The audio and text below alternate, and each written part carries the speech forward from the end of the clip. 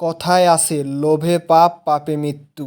লোভে পড়ে আজকে প্রিন্স মামুন জেলের ভাত খাচ্ছে। প্রিন্স মামুন, তোমার চালাকি সবাই জানে। তুমি প্রথমে একজন বড়লোক মেয়ে ধরবা, তাকে পটাবা, তোমার সুন্দর চেহারা দিয়ে তাকে ফাঁদে ফেলবে এবং তাকে নিঃস্ব করে ছাড়বে, যেভাবে তুমি লায়লাকে নিঃস্ব করে ছেড়েছো। একবারে ঘটি বাটি চাটি করে দিয়েছো।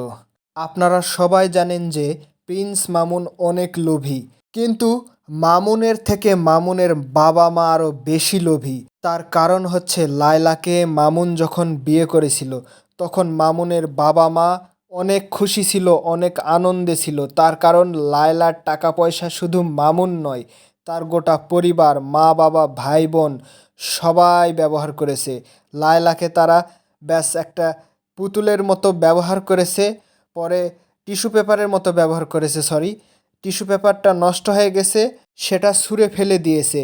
তার মানে হচ্ছে লায়লার যখন টাকা পয়সার অভাব ছিল না, প্রচুর পরিমাণে টাকা পয়সা ছিল, ধন সম্পদ ছিল, তখন তারা লায়লাকে ব্যবহার করেছে। লায়লার টাকা পয়সা শেষ, লায়লার সাথে সম্পর্কও শেষ। এখন টাকা পয়সা তো আর পাওয়া যাচ্ছে না, চলবো কীভাবে? সেই জন্য আর একটা মুরগি ধরতে হবে।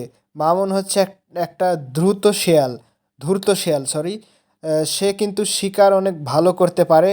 আপনারা যারা মেয়ে মানুষ আমার ভিডিও দেখছেন, দয়া করে আপনারা কোনো দিনও মামুনের ফাঁদে পা দিবেন না, ঠিক আছে? সে কিন্তু খুবই একজন খারাপ মানুষ। আসলে আপনারা আর একটা কথা জানলে অবাক হবেন যে কোটিপতিকেও মামুন 2 দিনে ফকির করে দিতে পারবে, একবারে 2 দিনে নিঃস্ব করে দিতে পারবে। এটা হচ্ছে তার সবচেয়ে বড় গুণ। আমি আগেই বলেছিলাম মামুনের কপালে একদিন দুঃখ আছে, সেটা আপনারা এখন দেখতেই পাচ্ছেন। আসলে অভাবে স্বভাব নষ্ট যাকে বলে, প্রিন্স মামুন হলো সেই উদাহরণ। একজন মেয়েকে যত ইচ্ছা তত কথা শোনা, কষ্ট দেখ, কিন্তু গায়ে হাত তোলা, এটা হচ্ছে সবথেকে খারাপ ব্যাপার। একজন মেয়েকে গায়ে হাত তুললে সে কিন্তু সহ্য করতে পারে না। আর বাংলাদেশের আইনে মেয়েদেরকে কিন্তু অনেক সম্মান করা হয়েছে।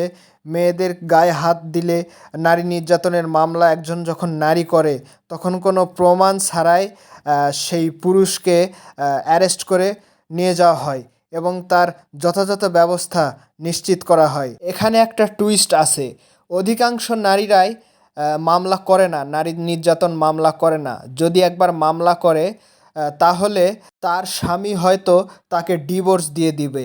এই ভয়ে কোনো নারী নির্যাতন মামলা করে না। স্বামীর কাছ থেকে একের পর এক মারপিট খেয়ে সহ্য করে জীবনযাপন করে।